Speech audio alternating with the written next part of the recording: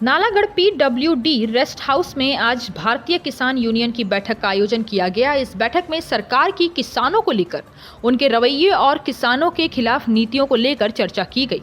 वहीं भारतीय किसान यूनियन जिला अध्यक्ष सुरमुख सिंह ने जानकारी देते हुए बताया कि नालागढ़ अनाज मंडी में ऑनलाइन आवेदन करने में आ रही समस्याओं को लेकर एसडीएम नालागढ़ महेंद्र पाल गुर्जर के माध्यम से प्रदेश के मुख्यमंत्री को ज्ञापन भेजा गया।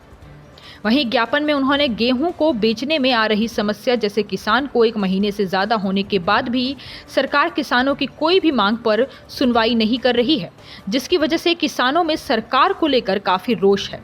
वहीं उन्होंने कहा कि किसान अपनी फसल को बच्चों की तरह पाल पोस कर पैदा करता है, वहीं सरकार का दमनकारी तरीका असहनीय है।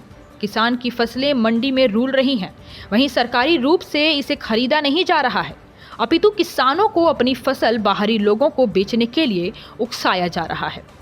इससे यह प्रतीत होता है कि किसानों के सुविधा के लिए बनाई गई मंडियों सरकार द्वारा बंद करने की साजिश चलाई जा रही है, जिसका वह विरोध करते हुए उन्होंने कहा कि इसके विरोध में वह एसडीएम कार्यालय के बाहर शांतिपूर्वक ढंग से धरना प्रदर्शन करेंगे। उनका कहना है कि अनाज मंडी में टोकन व्यवस्था से किसान परेशान हैं, क्योंकि हर किसान ऑनलाइन आवेदन करना नहीं जानता।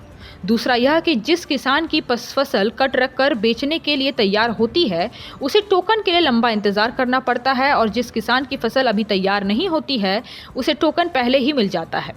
वहीं उन्होंने कहा कि टोकन की समस्या जमींदार लोगों के लिए बहुत बड़ी परेशानी है। जिस किसान का टोकन नंबर नहीं आता, जिस वजह से फसल ऐसे ही रूल रही है, इसी कारण उसे अपनी फसल निजी संस्थानों को बेचनी पड़ रही है। वहीं उन्होंने सोलन अनाज मंडी पर आरोप लगाते हुए कहा कि सोलन मंडी में ऑनलाइन कार्य अच्छे से नहीं चलता है। वहीं उन्होंने सरकारों को अपनी मांगें पूरी करने हेतु 2 दिन का समय दिया है। सरकार को चेताते हुए उन्होंने कहा कि अगर उनकी मांगों पर ध्यान नहीं दिया गया तो 25 अप्रैल से यह एसडीएम कार्यालय नालागढ़ के परिसर में शांतिपूर्ण तरीके से धरना प्रदर्शन करेंगे। वहीं इस मामले पर एसडीएम नालागढ़ महेंद्र पाल गुर्जर ने बताया कि भारतीय किसान यूनियन द्वारा 9 मांगों को लेकर 2 अलग-अलग ज्ञापन दिए गए हैं, जिसमें उन्होंने कहा कि मंडी में उनको आ रही दिक्कतों के बारे में जानकारी दी गई है। वहीं उन्होंने कहा कि इनका यह ज्ञापन उच्च अधिकारियों तक पहुंचा दिया जाएगा।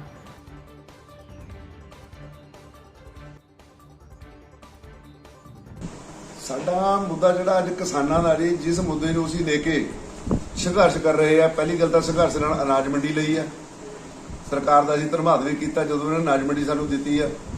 तो हुण जिहड़ियां मंडी दीयां समस्यावां, टोकन समस्या जिहड़ी है वो पहले जब कणक चक्की जद भी, उस तो बाद धान आए जीरी, उस टाइम भी समस्या। ऑनलाइन जिहड़ा किसान है, हर एक किसान जिहड़ा ऑनलाइन नहीं जा सकता, तो ऑनलाइन जाण दे विच जिहदी ते फसल पक्की भी खड़ी है उन्होंने टोकन नहीं मिलता, जिहदी फसल लेट आ उन्होंने टोकन पहले मिल जाता।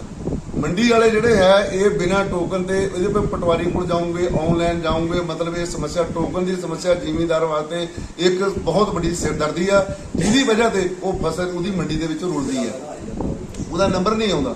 दूसरा उन्होंने मजबूरी बस होके वो जी फसल वो प्राइवेट नूं देनी पै रही है। जिहड़ा इन्हां दा ऑनलाइन सोलर ते चलदा है, कंप्यूटर जो भी सिस्टम इनका चलदा वो पूरी तरह चलदा नहीं है, वो नैटवर्क के बाहर रहिंदा है, उहदे पर सिस्टम गलत है। असीं सरकार नूं 14/3/22 नूं थ्रू एसडीएम असीं सीएम साहब नूं एक मैमोरेंडम दिता था भी जिहदे विच किसानां दीयां समस्यावां हैगीआं इन्हां नूं हल कीता जावे, जिहड़ा टोकन सिस्टम है ये बिल्कुल बंद कीता जावे। सरकार हैगी आ, एक दुकान है सरकार दी, उन्होंने फसल खरीदनी है तो असीं बेचनी है। इस दे विच ये कंडीशनां किहड़ियां लाइयां इन्होंने, कंडीशनां लाउण दी लोड़ नहीं हैगी कंडीशनां दी, ये तां सिर्फ ज़्यादा इन्हां नूं ये है ना तां उरे पाकिस्तान दे कणक आउणी है, ना उरे होर स्टेटां दे किसी कणक। पंजाब वालिਆਂ ने अपने नाके लाए हुए आ, हरियाणे ने अपने नाके लाए हुए आ, सिर्फ कणक तां हैगी हिमाचल दी फसल जिहड़ी आउणी है। ज़्यादा सरकार नूं फेर भी कोई खतरा है ये साडे आधार कार्ड लेण, साडे अकाउंट नंबर लेण, ते ज़्यादा करना जमीन की फर्द है। फर्द जिहड़ी है इन्हां दे ऑन रिकॉर्ड सरकार दे कोल है। पंजाब दे विच बिल्कुल खत्म है।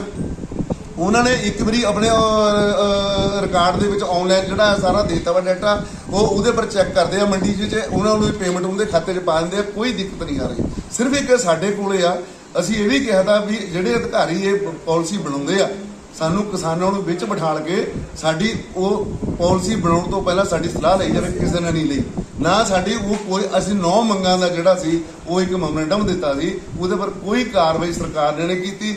ਅੱਜ ਉਹੀ ਹਾਲ ਜਿਹੜਾ ਮੰਡੀ ਦਾ ਫੇਰ ਹੋ ਰਿਹਾ ਹੈ। ਸਾਨੂੰ ਇਹ ਲੱਗਦਾ ਵੀ ਇਹ ਸਾਜ਼ਿਸ਼ ਕੀਤੀ ਜਾ ਰਹੀ ਆ ਤਾਂ ਕਿ ਕਿਸਾਨ ਜਿਹੜੇ ਹੈ ਉਹ ਮੰਡੀ ਵਿੱਚ ਨਾ ਆਉਣ, ਉਹ ਪ੍ਰਾਈਵੇਟ ਵੇਚਣ, ਸਾਨੂੰ ਮੰਡੀ ਕਰਨ ਬੰਦ ਕਰ ਦਈਏ। ਇਹਦੇ ਵਿੱਚ ਸਾਜ਼ਿਸ਼ ਰਚੀ ਲੱਗਦੀ ਸਰਕਾਰ ਦੀ। ਸਰਕਾਰ ਸਾਨੂੰ ਉਹ ਸੁਵਿਧਾ ਦੇਣੀ ਉਹ ਨਹੀਂ ਚਾਹੁੰਦੀ ਜੋ ਮੰਡੀ ਦੀ ਸੁਵਿਧਾ ਕਿਸਾਨ ਨੂੰ ਮਿਲਣੀ ਚਾਹੀਦੀ ਆ। ਮੰਡੀ ਕਿਸਾਨਾਂ ਦੀ ਹੈ, ਕਿਸਾਨਾਂ ਵਾਸਤੇ ਖੁੱਲੀ ਹੈ। ਕਿਸਾਨ ਉੱਥੇ ਅੱਜ ਉਰੇ ਪਰੇ ਹੋ ਰਿਹਾ। ਇੱਕ ਸਾਡੇ ਮੌਕੇ ਦੀ ਵਾਰਦਾਤ ਹੈ, ਮੰਡੀ ਦੇ ਵਿੱਚੋਂ ਕਣਕ ਲਿਆਂਦੀ ਵੀ ਸਾਫ਼ ਕਰਾਈ ਵੀ ਪ੍ਰਾਈਵੇਟ ਪਾਰਟੀ ਨੂੰ ਚੁਕਾਈ। ਇਹਨਾਂ ਨੇ ਨਾ ਕਰਤੀ, ਅਸੀਂ 1 ਵਿਗੇ ਮਗਰ 3 ਕੁਇੰਟਲ ਲਵਾਂਗੇ। ਸਾਡੇ ਦਾ 20 ਦਾ ਕੁਇੰਟਲ ਝਾੜ ਵੀ ਆਉਂਦਾ, 4 ਕੁਇੰਟਲ ਦਾ ਝਾੜ ਵੀ ਆਉਂਦਾ, 5 ਦਾ ਵੀ ਆਉਂਦਾ। ਉਹ ਬਾਕੀ ਫਸਲ ਕਿੱਥੇ ਲੈ ਕੇ ਜਾਊਗਾ? ਇਹ ਬਹੁਤ ਕੰਡੀਸ਼ਨਾਂ ਜਿਹੜੀਆਂ ਹੈਗੀਆਂ ਇਹਨਾਂ ਦੀਆਂ, ਇਹ ਬਹੁਤ ਕੰਡੀਸ਼ਨਾਂ ਜਿਹੜੀਆਂ ਬਹੁਤ ਸਖਤ ਹੈ। ਔਰ FCI ਦੀਆਂ ਕੰਡੀਸ਼ਨਾਂ ਸਾਰੇ ਨਾਲੋਂ ਸਖਤ ਹੈ। ਅਸੀਂ ਮੰਗ ਕੀਤੀ ਸੀ ਸਰਕਾਰ ਤੇ ਵੀ ਜਿਵੇਂ ਪੰਜਾਬ ਦੇ ਵਿੱਚ ਬਾਕੀ ਏਜੰਸੀਆਂ ਵੀ ਖਰੀਦ ਕਰ ਰਹੀਆਂ, ਕਿਉਂਕਿ ਕੰਪੀਟੀਸ਼ਨ ਹੈ ਨਹੀਂ ਇੱਥੇ। ਹੁਣ FCI ਹੈ, FCI ਇਕੱਲੀ ਆਪਣੀ ਮਰਜ਼ੀ ਕਰਦੀ ਹੈ।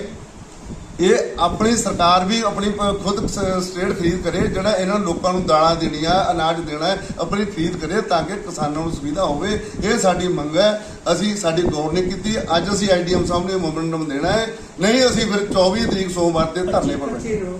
25 ਤਰੀਕ ਨੂੰ ਅਸੀਂ ਫਿਰ ਧਰਨੇ ਪਰ ਬੈਠਾਂਗੇ ਜਦ ਤੱਕ ਸਾਡੀਆਂ ਮੰਗਾਂ ਦਾ ਹੱਲ ਨਹੀਂ ਹੁੰਦਾ ਕਿਸਾਨਾਂ ਦੀਆਂ ਦਾ। ਅਸੀਂ ਮੰਡੀ ਕਿਸੇ ਵੀ ਹਾਲਤ ਵਿੱਚ ਜਾਣ ਨਹੀਂ ਦੇਣੀ। ਇਹ ਇੱਕ ਸਾਜ਼ਿਸ਼ ਦੇ ਪਿੱਛੇ ਕੰਮ ਕਰਦੀ ਹੈ ਸਰਕਾਰ ਦੀ ਕਿ ਸਾਨੂੰ ਬਹਾਨਾ ਹੋ ਜਾਵੇ ਵੀ ਮੰਡੀ ਵਿੱਚ किसान नहीं होते। तो धरना प्रदर्शन कहाँ करेंगे? ये SDM से पूरे करेंगे, SDM दफ्तर से आगे धरना प्रदर्शन करेंगे। जी, आज भारतीय किसान यूनियन ने अपनी 2 मांगों के लिए हमें 2 अलग अलग ज्ञापन दिए हैं। पहला ज्ञापन जो है, जो मंडी में जो किसानों को दिक्कतें पेश आ रही है, जो या इनको बाहरी लोगों से खरीदने के लिए जैसा इनका कहना है कि दबाव बनाया जा रहा है, तो इस प्रकार की एक शिकायत आई है, तो वो है। और दूसरी जो है फसल खराबी के कारण जो है मुआवजे की मांग की जा रही है, उसको लेकर दिया गया है। साथ ही जो इनकी पहले भी इन्होंने ये मांगे हमें दी है, अपनी 5 मांगे जो 9 मांगे टोटल है, उसमें इन्होंने हमें इस पे कार्रवाई के लिए मांग की है। तो हमने ये सारी जो मांगे हैं वो उच्च अधिकारियों को प्रेषित है। हिमाचल प्लस न्यूज़ के लिए नालागढ़ से सुरेंद्र सिंह की रिपोर्ट।